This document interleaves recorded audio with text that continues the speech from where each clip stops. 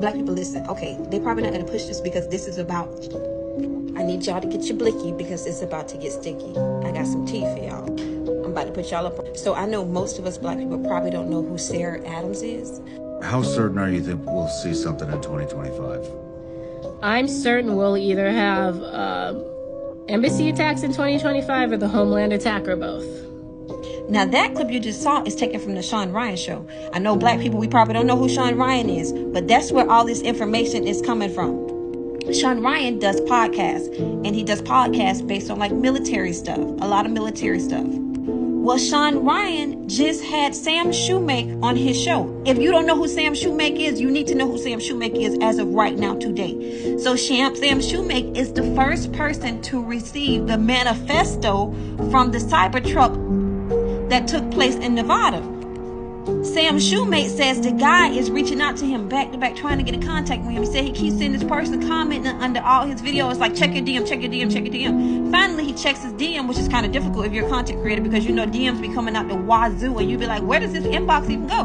But anyway, he finds the DM from the guy, and the guy is like, contact me on this app. The app that he's talking about is called Signal. I know y'all don't know what Signal is, but I had to look up what was Signal. So Signal is pretty much like a private secret app that people use, and it's bringing, I'm assuming that it's for like military people that they use. So he contacts him on Signal. It's important to remember the Signal thing because it gets deeper into Sam's story. And this is what he tells him on Signal. This is really important, and what I'm about to tell you is going to change the entire course of humanity. Now, here is what they are labeling the manifesto from the Cybertruck. 42 a.m. That is Tuesday. He said, in case I do not make it to my decision point or on to the Mexico border, I am sending this now. Please do not release this until 1 January and keep my identity private until then. First off, I am not under duress or hostile influence or control. My first car was a 2006 black Ford Mustang V6 for verification. What we have been seeing with drones, he puts that in quotes, he says drones, is the operational use of gravitic propulsion systems powered aircraft by most recently China and the East Coast, but throughout history, the U.S. Only we in China have this capability. Our OPSEN, that's Operations Center, our OPSEN location for this activity is in the box below. China has been launching them from the Atlantic from submarines for years, but this activity recently has picked up. As of now, it is just a show of force, and they are using it similar to how they use the balloon for SIGINT and ISR, which are also part of the integrated comms system. There are dozens of those balloons in the air at any given time. The so what is because of the speed and stealth of these unmanned aircraft. They are the most dangerous threat to national security that has ever existed.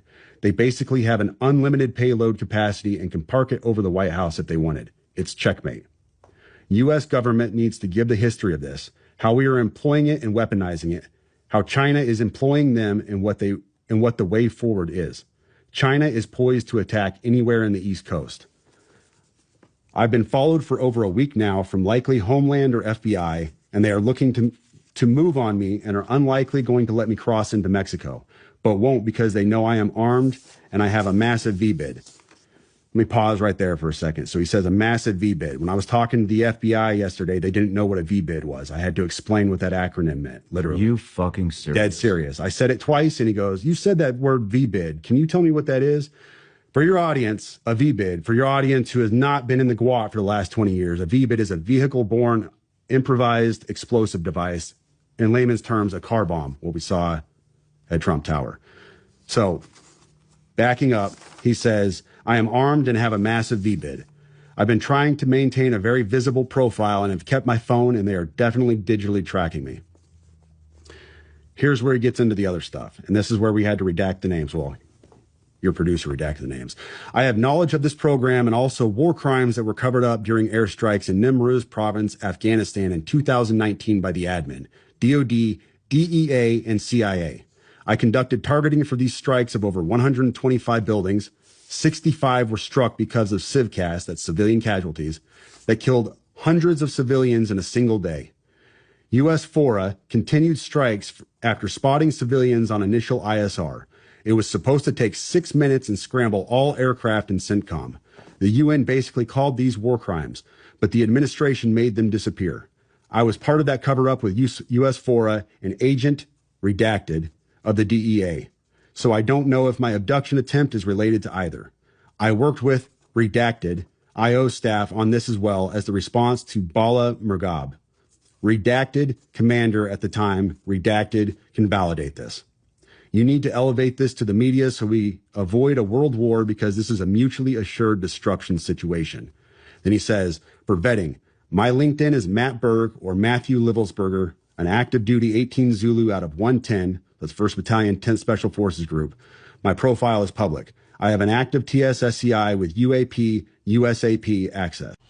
Now, do y'all remember a few weeks ago when all of those drone sightings were like going crazy and it was a huge thing?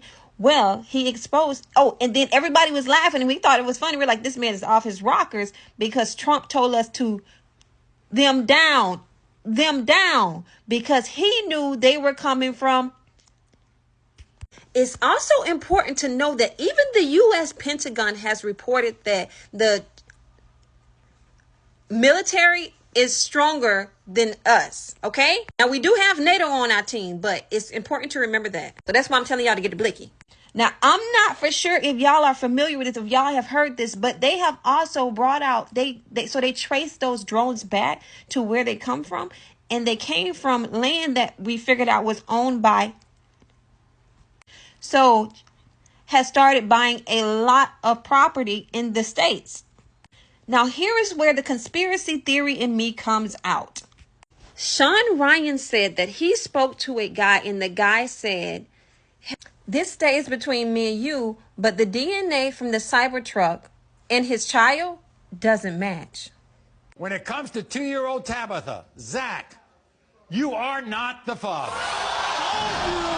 So the proof that they found that the Cybertruck person was who he was he left his passport inside of the Cybertruck. That's how they got his identity. Now, it's important to know that passports are retardant, meaning they are burn resistant.